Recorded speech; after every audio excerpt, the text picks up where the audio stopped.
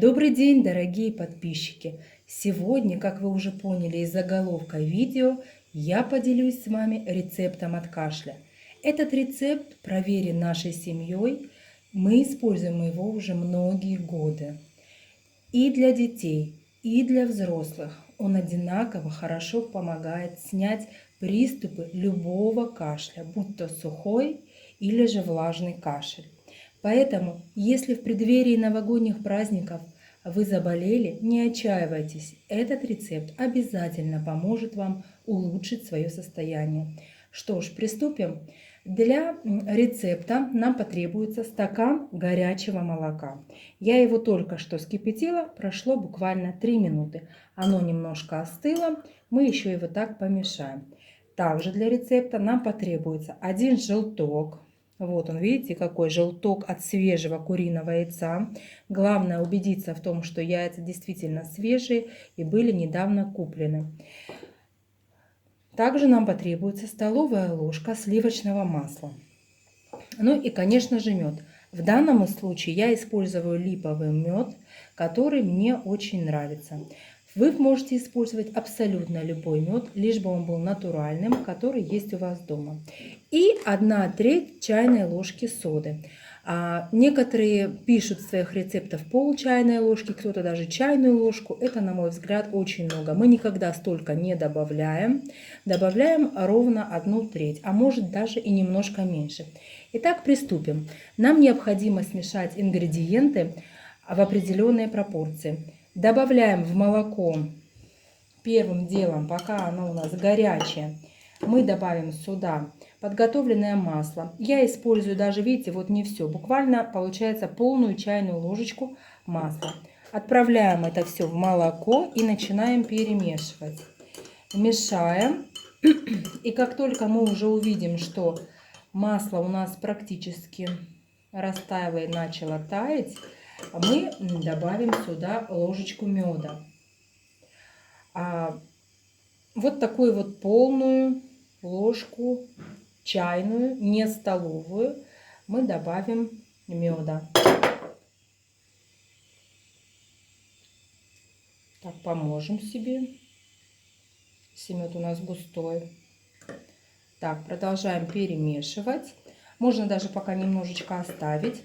Теперь возьмем наш желточек, в посуде, в которой у нас он есть, мы его немножко вот так забьем. Посмотрите, какой он желтый. Хороший такой желток. Не бойтесь, молоко у нас горячее, практически он там сварится, и ничего отрицательного в нем, кроме пользы, не останется. Это уже проверено, ни с кем никогда ничего не произошло. Выливаем этот желточек тоже в нашу массу. Перемешиваем.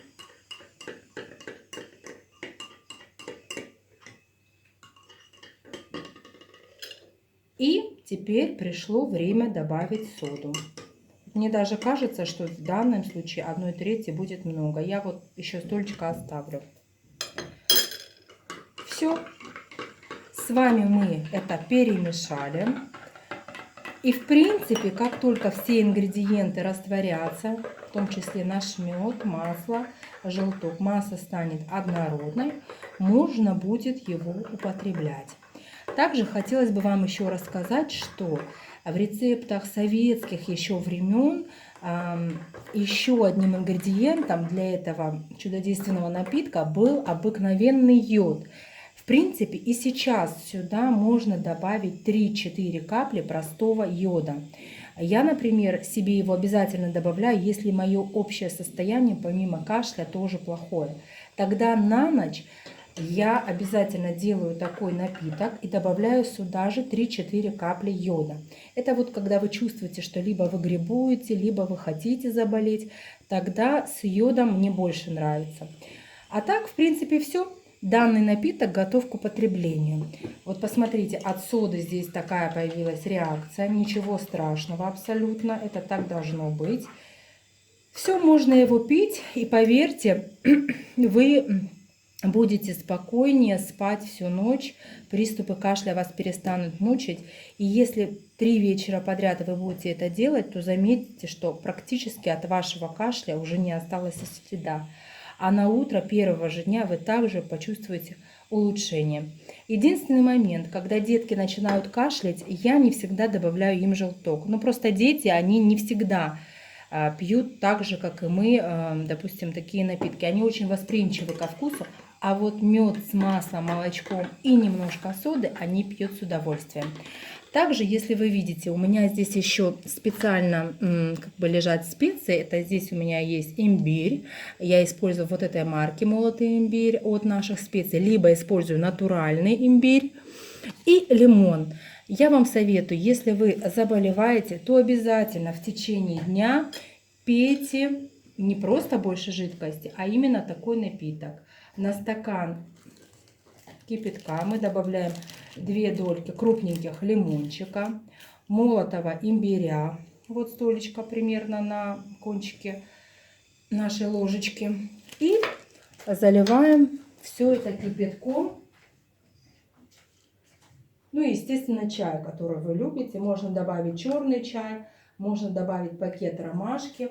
Наслаждаемся этим напитком. Это тоже снимает, во-первых, кашель, а во-вторых, поможет непосредственно нам быстрее поправиться. Если в течение дня мы выпьем 1, 2 или 3 таких стаканчика, а к вечеру еще выпьем наш замечательный настой из молочка, то вам обязательно полегчает. Будьте здоровы, не болейте. С наступающим вас Новым годом! Обязательно ставьте лайки и подписывайтесь на наш молодой канал. Всем спасибо за внимание, не болейте!